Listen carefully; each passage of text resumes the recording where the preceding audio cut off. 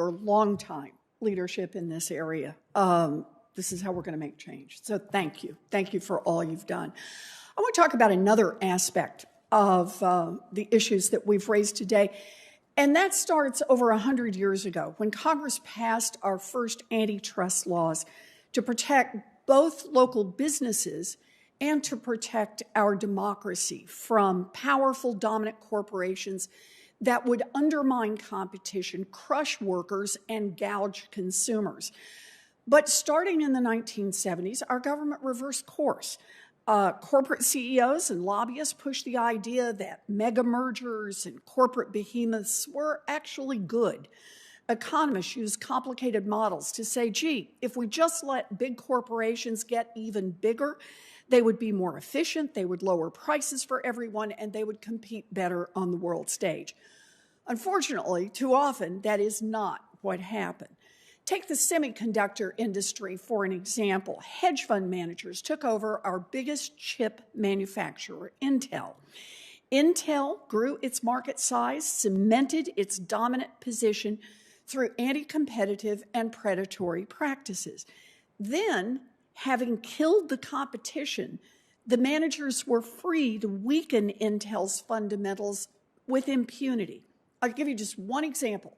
From 2001 to 2010, instead of spending more money on innovation, remember, we're talking about the semiconductor industry, right? You got to stay up. Instead of spending more money on innovation, on new ideas, on more efficient manufacturing here in the United States, Intel's managers spent $48 billion on stock buybacks. They boosted share prices and executive pay while they hollowed out a once great company. So, Mr. Lin, let me start with you. You know a lot about the semiconductor industry. Did consolidation, particularly the growth of Intel, lead to greater efficiency? No, Senator, the opposite. Did it lead to lower prices? Absolutely not, Senator. Then did it at least make Intel a stronger competitor on the world stage? The opposite, Senator. So in your assessment, what exactly did happen as a result of Intel's growing dominance in its field? First, one of the things, you mentioned $48 billion that Intel paid out between 2001 and 2010. The dominance allowed them to pay out much more between 2010 and 2020, actually $130 billion over the last 10 years. So the looting and sacking of this corporation grew much faster and more aggressive over the last 10 years. But this results in higher prices for the chips. It results in more power, concentration of power over workers. And it's not just people on the assembly line, but it's also scientists. It's also the engineers. I mean, these are the people that we count on to develop a better future, and we have concentrated power over them. So we see less innovation as another effect. The other effects include, this extreme concentration of capacity that we have seen in corporations like TSMC in Taiwan. And this extreme concentration where you have all of a certain kind of chip, you have all your eggs in one basket, it means that the system itself is fragile and subject to catastrophic failure. What you have is the system, it gives other powerful countries like China power over the people who depend on that capacity. For instance, by threatening to disrupt shipments in and out of Taiwan. It leads to this massive shortages, these structural shortages that we see that are leading to the shutdown of assembly lines all around the world, not just in America, but we're talking about, Ford, 50% decline in production of cars in Q2. We're seeing Toyota, 40% decline in production of cars in Q3. This equals vastly higher prices for newer cars, vastly higher prices for used cars, vastly higher prices for rental cars, and a lot of dirtier cars on our streets because we can't replace them with newer, cleaner cars. So consolidation clearly did not strengthen our semiconductor industry, but consolidation or lack of competitors in this field did create this supply chain crisis that the pandemic has exposed. And now, as you rightly point out, without semiconductor chips, other manufacturers like auto companies can't meet demand. They're furloughing workers at the same time that orders are stacking up, all because they can't get the chips that U.S. manufacturers once supplied all around the globe. And what has been management's response to this? The same executives who exacerbated this crisis by failing to properly invest in their operations and infrastructure now are asking Congress to bail them out so they can make the investments that they should have been making years ago.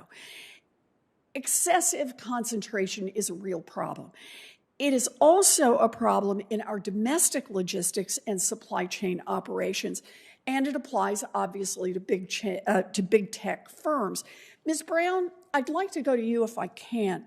During the 4.5 years that you've worked at Amazon, Amazon has grown bigger and bigger. Its profits have skyrocketed. So let me ask, in your personal experience, have Amazon's logistical operations improved, or have things just gotten worse, and particularly with the COVID crisis? Can you speak to that? Yeah, absolutely.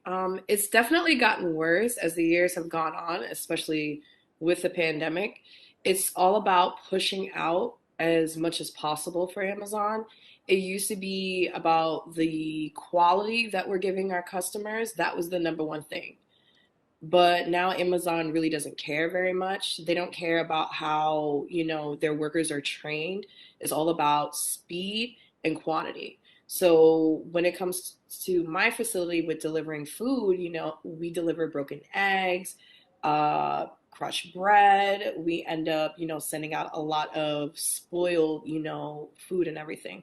So a lot of us, we want to do good work, but it's like really frustrating because, we're at a limit for doing such things. And for Amazon, this only means they're getting rich. They preach the customer obsession, but it's not good for customers at all, and it's not good for hard working people at the fulfillment centers either. Workers cannot do their jobs well because Amazon wants to make more money, and that's the bottom line for them. Just about as much product as they could get out and more money. And if you attempt to try and do, these things like give customers good quality, actually practice customer obsession, you end up actually getting written up and then eventually terminated.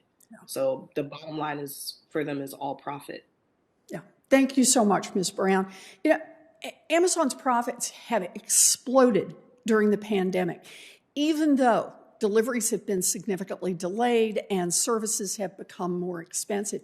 In a competitive marketplace, Amazon's rivals would be able to compete on these factors, providing more reliable service or lower prices or a better work environment.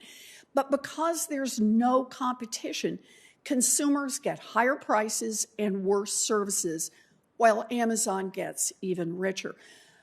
Markets can produce lower prices. Markets can produce more reliable products. Markets can produce robust supply chains, but only if there is competition.